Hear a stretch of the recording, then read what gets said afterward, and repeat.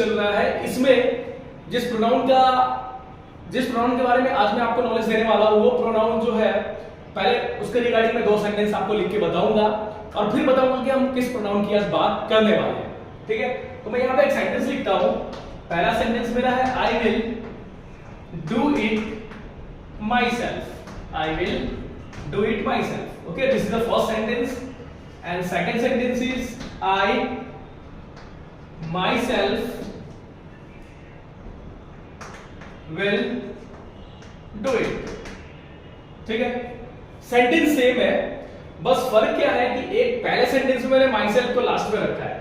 ठीक है, I have put my self at the ending of sentence, sentence के last में रखा है। और सेकंड सेंटेंस में अगर आप देखेंगे तो मैंने माई सेल्फ को जस्ट पहले वर्ड के बाद ही रख दिया है, मतलब वो सेंटेंस के स्टार्टिंग में है। ठीक है, सेंटेंस का दूसरा ही वर्ड जो है माई सेल्फ है।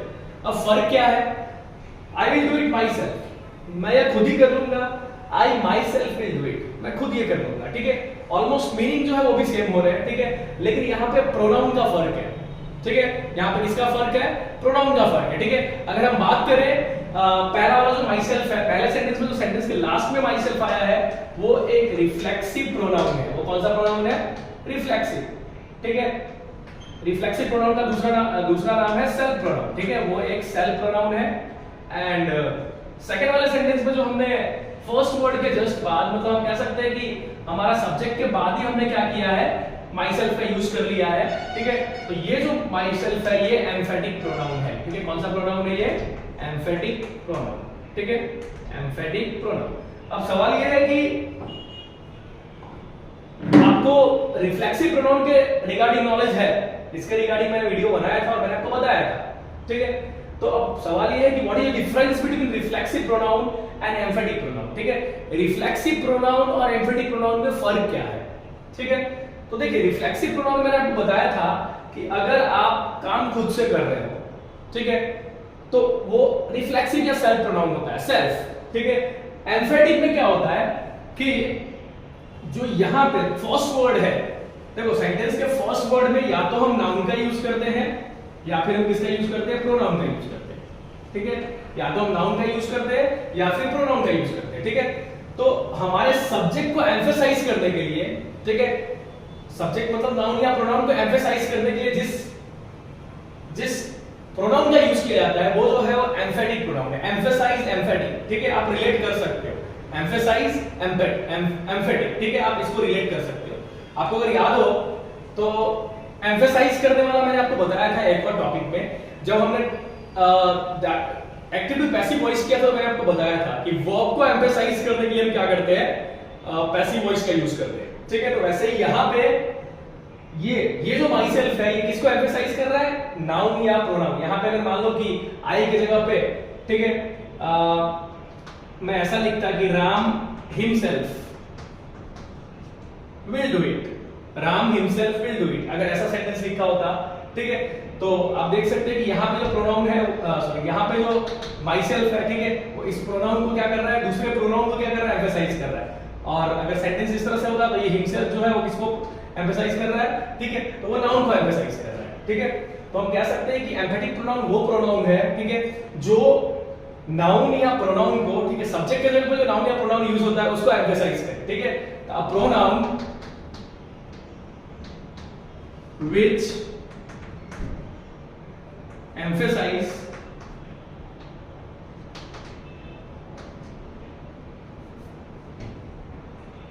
a noun or pronoun,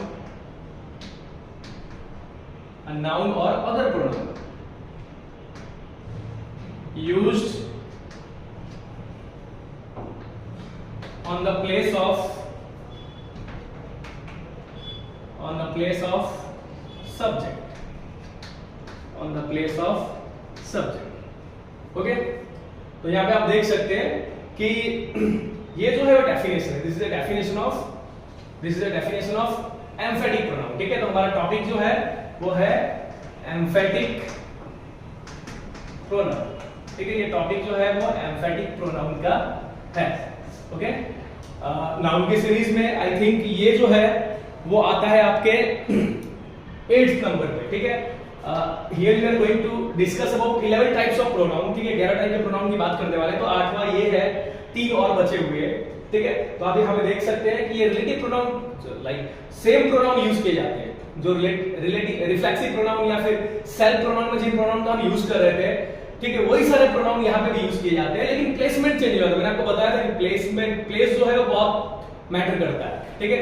मैंने एक और प्रोनाउन के बारे में आपको बताया था कि रिलेटिव प्रोनाउन और दूसरा जो था वो हमारा इंटरोगेटिव प्रोनाउन था, उसमें सेम वर्ड यूज करते हैं, वही डब्ल्यूएच वाले वर्ड का यूज किया जाता है, ठीक है। लेकिन एक में सेंटेंस के शुरुआत में डब्ल्यूएच वाले वर्ड का यूज किया गया है और एक में सेंटेंस के बीच में डब्ल्यूएच वाले वर्ड का यूज किया जाता है, ठीक है। तो ये फर्क होता है। तो यहाँ पे आप देख सकते हैं रिफ्लेक्सिव और एम्फेटिक में भी यही फर्क है कि वर्ड सेम यूज किए जा रहे हैं, प्रोनाउन में जो वर्ड्स यूज हो रहे हैं वो सेम है, ठीक है, लेकिन बस फर्क ये है कि एक सेंटेंस के लास्ट में यूज हो रहा था, ठीक है। रिफ्लेक्सिव प्रोनाउन में my self, ourselves, himself, herself, itself, themselves, ठीक है, योरसेल्फ, योरसेल्फ, ये सारे वर्ड्स जो है सेंटेंस के लास्ट में यूज हो रहे थे। और एम्फेटिक प्रोनाउन में कहां पे यूज होंगे? वो सेंटेंस के स्टार्टिंग में यूज होंगे। चलिए कुछ सेंटेंस लिखते हैं और देखते हैं कि किस तरह से हम सेंटेंस में एम्फेटिक प्रोनाउन का यूज कर सकते हैं। चलिए तो यहाँ पे आप सेंटेंस में देख सकते हैं कि सेंटेंस है आई, पहला सेंटेंस जो है वो I myself have done this. अगर इस सेंटेंस देखिए मीनिंग अगर हिंदी में देखा है दोनों का, ठीक है, इसको अगर ट्रांसलेट करके इसका मीनिंग अगर आप हिंदी में बोलते हो तो दोनों का मीनिंग ऑलमोस्ट सेम आएगा। जैसे देखिए I myself have done this या I have done this myself, मैंने खुद ही ये किया है, ठीक है, दोनों में मीनिंग यही आएगा। अगर आप सेंटेंस को ऐसा बोल दो कि I have done this myself और I myself have done this, ठीक है, तो हिंदी में तो मीनिंग सेम आएगा, लेकिन इंग्लिश में, ठीक है, अगर आप अपने आप को ज्यादा क्रेडिट देना चाहते हो, ठीक है, मैं बोलूंगा कि I have done this work and this work has been done by me, ठीक है, ये दो सेंटेंस में बोल रहा हूं, ठीक है। तो इन दोनों सेंटेंस में अगर मैं अपने आप को ज्यादा मतलब मेरे वर्क को ज्यादा एम्फसाइज करना चाहता हूं, if I want to emphasise my work then I use passive voice, ठीक है, तब मैं पैसिव वॉइस का यूज करूंगा। तो वैसे ही हिंदी में तो दोनों के मीनिंग सेम आने वाले, ठीक है, लेकिन इंग्लिश में अगर ये जो एम्फेटिक प्रोनाउन का अगर आप यूज करते हो तो इसमें क्या होता है कि आप सब्जेक्ट जो है, सब्जेक्ट के जगह पे, ठीक है, आप ज्यादा क्या करते हो, नाउन या प्रोनाउन का यूज करते हो, ठीक है, तो सब्जेक्ट को आप ज्यादा फोकस करना चाहते हो, ठीक है। तो जब भी आप इस सेंटेंस को आप दोनों तरह से बोल सकते हो, याद रखना, आई have done this my self, ठीक है, ये भी करेक्ट होगा, and I myself have done this, ये भी करेक्ट है, ठीक है। लेकिन अगर, ठीक है, जो डूअर है, जो सब्जेक्ट है, उसको आप ज्यादा एम्फसाइज करना चाहते हो तो आप फर्स्ट वाला सेंटेंस, यहां पे जो सेंटेंस लिखा है आई के बाद ही आप माई सेल्फ का यूज कर लो, ठीक है। तो आप देख सकते हो, तो माई सेल्फ यहां पे क्या है, ये एक एम्फेटिक प्रोनाउन है, ठीक है। She herself has taken the decision, इस सेंटेंस को इस तरह से ही बोल सकते हैं, she has taken the decision herself, she has taken the decision herself. We can speak the sentence like this also, okay, but she herself has taken the decision, ठीक है, उसमें you are pointing out that particular female gender, ठीक है, आप female gender को point out कर रहे हो। ये नॉर्मली कब बोला जाता है, जब नेगेटिव कुछ होता है तो, ठीक है।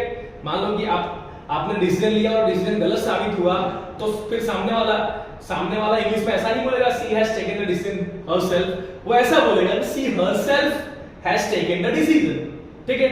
मतलब यहाँ पे सी को ज्यादा एम्फसाइज करने के लिए, मतलब जो हमारा सब्जेक्ट है उसको ज्यादा एम्फसाइज करने के लिए सब्जेक्ट के जस्ट बाद हरसेल्फ का यूज किया गया है, ठीक है। आप सब सेंटेंस में देख सकते हो, यहाँ पे भी यू ऑल के बाद ही योरसेल्व्स का यूज कर लिया गया है, राम के बाद ही हिमसेल्फ का यूज कर लिया गया है। तो आपको याद रखना है कि हिंदी में दोनों का मीनिंग सेम आता है, बट, ठीक है, एम्फेटिक प्रोनाउन का तब यूज करते हैं जब सब्जेक्ट को, मतलब सब्जेक्ट के जगह पे जो नाउन या प्रोनाउन यूज हो रहा है उसको हमें ज्यादा एम्फसाइज करना हो, तब हम क्या करते हैं, एम्फेटिक प्रोनाउन का यूज करते हैं, ठीक है। तो आपको याद रखना है, बहुत इंपॉर्टेंट है, ठीक है। If you want to speak this language very correctly, ठीक है, आप बहुत ज्यादा अच्छी तरह से इस लैंग्वेज को बोलना चाहते हो, देखिए बोलने वाले पार्ट में nobody is going to ask you, ठीक है, यू आर स्पीकिंग रॉन्ग, ठीक है, आप गलत बोल रहे हो, कोई आपको टारगेट नहीं करना। जब आप लिखोगे उस समय सब चीज का ध्यान दिया जाता है, ठीक है। तो आपको ये ध्यान रखना है कि आपका जो रिफ्लेक्सिव प्रोनाउन है और एम्फेटिक प्रोनाउन है दोनों सेम है, दोनों में सेम वर्ड यूज होते हैं, वही सेल्फ वाले वर्ड यूज होते हैं, ठीक है, सेल्फ या सेल्फ्स वाले वर्ड यूज होते हैं। लेकिन इंग्लिश में जब आप लिख रहे हो तो वहां पे आपको ध्यान रखना है ठीक है।